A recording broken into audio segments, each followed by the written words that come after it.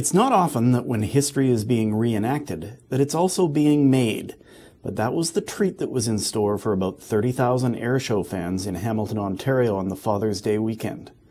Hello everyone, this is Russ Niles reporting on the historical compilation billed as the Music of the Merlins, as the rarest of the rare V-12-powered warbirds played a song not heard in decades. Mike Spalding, the pilot of the Military Aviation Museum's de Havilland Mosquito, the only flying example in the world, tells us about the airplane and the event that brought it home to Canada, where it was built in 1945. We're here with the 1945 de Havilland Mosquito. Its designation was a DH-98.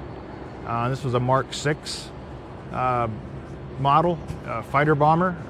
We're here at the Hamilton Air Show this weekend, displaying the airplane. But we've also been doing some formation with a Lancaster, 2 Spitfires and 2 Hurricanes. That's a formation you're not going to see perhaps anywhere else ever.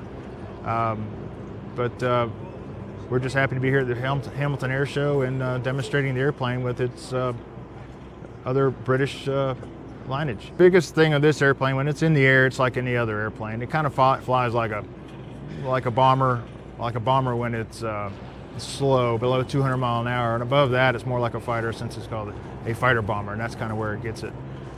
I learned to fly it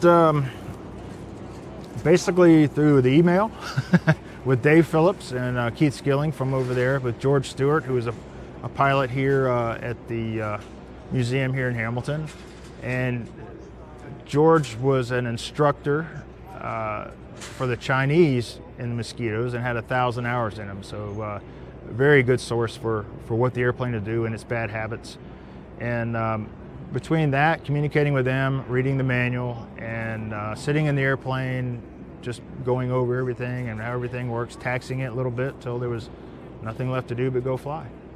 Now, all first flights are very exciting, but you know, you try not to think about it, but knowing you're flying the only flying example in the world, and it's never flown over here in the U.S., and everything's got to be just right, and it just got reassembled, you know, from being totally taken apart. Not that that is an issue at all, because we have a great maintenance crew at the Military Aviation Museum, but they, it's just all sorts of feelings that we're all good, and great flight. We had a bunch of vets, Mosquito vets, on Friday morning that were here to see the airplane after so many years. It was quite an event, and I was proud to be part of it. Plans at this point for the airplane are just get it out so people can see it, and go to several air shows. We're going to be at Geneseo, we're going to be at Thunder Over Michigan, and back in Toronto in the fall. So that's basically the plan, is just to get it around, because people are pretty anxious to see it. The Mosquito was rebuilt by AVspec in New Zealand and is owned by Jerry Yagen's Military Aviation Museum in Virginia Beach, Virginia.